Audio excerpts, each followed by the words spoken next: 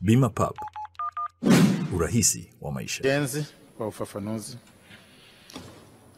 Namkaribisha Mheshimiwa Hussein Bashe, Waziri wa Kilimo. Atafuatiwa na Mheshimiwa Mwigulu Nchemba, Waziri wa Fedha, na tutakuwa na manaibu waziri wawili, naibu waziri Sera, Bunge na Uratibu, pamoja na naibu waziri Kazi, Vijana na Ajira. Karibu Mheshimiwa Bashe. Mheshimiwa Mwenyekiti, nitumie nafasi hii kukushukuru kwa kunipa nafasi ya kuweza kuchangia hotuba ya Mheshimiwa Waziri Mkuu. La kwanza nianze kumshukuru Mwenyezi Mungu kwa kutupa uhai wa kufika siku ya leo na kuweza kushiriki shughuli hii. La pili, nitumie nafasi hii Mheshimiwa Mwenyekiti kumshukuru sana Mheshimiwa Waziri Mkuu kwa hotuba nzuri, lakini kwa coordination na shughuli za serikali anavyoweza kutuongoza kwa ajili ya kufikia malengo tuliopewa na ilani ya uchaguzi ya Chama cha Mapinduzi, lakini vile vile malengo na matamanio ya Mheshimiwa Rais. Mheshimiwa Mwenyekiti, namshukuru kwa dhati Mheshimiwa Waziri Mkuu. Kama waziri wa kilimo kwa kipindi chote nikiwa naibu waziri nayeshughulikia masuala ya ushirika wakati huo, lakini nikiwa waziri mwenye dhamana ya kilimo, namshukuru kwa dhati kwa support ambayo amekuwa akinipa mimi na kusaidia sekta ya ushirika kuweza kusimama na kuweza kufikia hapa ilikofika. Namshukuru sana. Na siku ya tarehe 28 Mheshimiwa Mwenyekiti, maelekezo ya Mheshimiwa Rais ilikuwa ni kwamba lazima Tanzania tuwe na benki ya ushirika. Tarehe 28 mwezi huu Mheshimiwa Rais atazindua benki ya ushirika Tanzania ambayo inaanza na mtaji wa bilioni 55 na itakuwa na matawi 4 ambayo yatakuwa mkoa wa Kilimanjaro, mkoa wa Mtwara, mkoa wa Tabora na makao makuu Dodoma. Na tayari benki hiyo imeshaanza pale ambapo lilikuwa jengo la ushirika. Mpaka kufika mwisho wa mwaka huu tunaamini kwamba benki hii itakuwa na matawi 8 na mawakala 36. Lakini vile vile vyama vyote vikuu vya ushirika Mheshimiwa Mwenyekiti vitakuwa ni mawakala wa benki ya ushirika ambao watafanya kazi ya kufungua akaunti za wakulima, lakini vile vile deposit na withdraw. Na lakini benki hii Mheshimiwa Mwenyekiti, kwa maelekezo ya Mheshimiwa Rais, itakuwa ina dirisha maalum la guarantee scheme na equity fund kwa ajili ya kuweza kuwasaidia wakulima na waweze kuwekeza kwa muda mrefu. Mheshimiwa Mwenyekiti, jambo jingine ambalo nataka niseme, nitumie nafasi hii kumshukuru sana Mheshimiwa Rais. Namshukuru kwa dhati kwa sababu Mheshimiwa Mwenyekiti, unaweza ukawa na ilani, unaweza ukawa na mipango, lakini pale ambapo kunakuwa hakuna political will kwenye ofisi kuu ya nchi, mambo mengi yanakuwa hayawezi kutokea. Namshukuru Mheshimiwa Rais. Mwaka 2021 ndani ya bunge hili, wakati anahutubia bunge hili Mheshimiwa Rais, ukuaji wa sekta yetu ya kilimo ulikuwa 2.7%. Bajeti ya kilimo ilikuwa bilioni 290.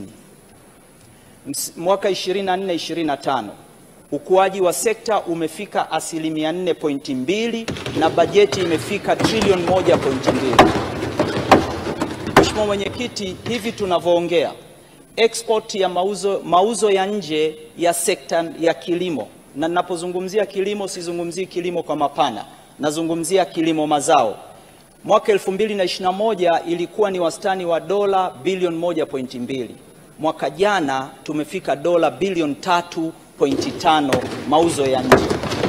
Mheshimiwa Mwenyekiti, wakati Mheshimiwa Rais anahutubia bunge hili, eneo la umwagiliaji ambalo limekuwa ni jambo ambalo leo ni kubwa sana, na mimi waheshimiwa wabunge ninawaelewa sana matarajio tulionayo. Hatuwezi kukaa tunalalamikia mabadiliko ya tabia nchi wakati Mwenyezi Mungu anatupatia maji tunashindwa kuyavuna. Bajeti ilikuwa ni bilioni 55. Leo bajeti yetu ni bilioni 400, lakini tunatekeleza miradi 780 ndani ya kipindi cha miaka mitatu. Leo hii mtandao wetu umetoka hekta 560 umefika hekta 970. Lengo la ilani ni hekta milioni 1.2. Tumefanya upembuzi yakinifu wa mabwawa 100. Kati ya haya 100, mabwawa 14, mabwawa 27 tayari yana wakandarasi. na kati ya haya 27 mabwawa 10 yako zaidi ya 80%. Mheshimiwa Mwenyekiti, hizi ni hatua ambazo serikali hii imechukua. Serikali hii kwenye ukanda wa Afrika Mashariki ndiyo inaongoza kuendesha skimu ya ruzuku kwa wakulima kuliko serikali yoyote. Mheshimiwa Mwenyekiti, tunatumia karibu bilioni 300 kwa ajili ya wakulima wa mazao ya kawaida, kwa maana ya mazao 13 ya chakula ambayo yanatufuatia food security. Nini matokeo yake? 21-22 uzalishaji wetu wa mahindi ulikuwa tani milioni 6. Msimu uliopita tumefika tani milioni 12. Tumekuwa ni nchi ya pili Afrika kwa uzalishaji wa mahindi. Mheshimiwa Mwenyekiti, tulikuwa tunazalisha wastani wa tani milioni 1,200,000 mpaka milioni 1,600,000 ya mchele. Sasa tuko tani milioni 3,500,000 ya mchele. Sisi ndio exporter tunaongoza katika ukanda huu wa Afrika Mashariki. Mheshimiwa Mwenyekiti, nchi hii imelia sana kuhusu mazao yanayoitwa ya biashara, kwa maana ya korosho, pamba, tumbaku, kahawa. Mheshimiwa Mwenyekiti, leo tunavyoongea sisi kama nchi, mwaka jana kwenye zao la korosho kwa wastani kwa kipindi cha miaka mitatu serikali hii imetoa ruzuku ya zaidi ya bilioni 400 kwenye zao la korosho peke yake. Kwa kipindi cha miaka mitatu tumetoka wastani wa tani 1,180,000, leo tumefika tani 520,000 msimu uliopita wa zao la korosho. Wastani wa bei ya mkulima kwa mara ya kwanza tumefika kuuza zaidi ya shilingi 4,200.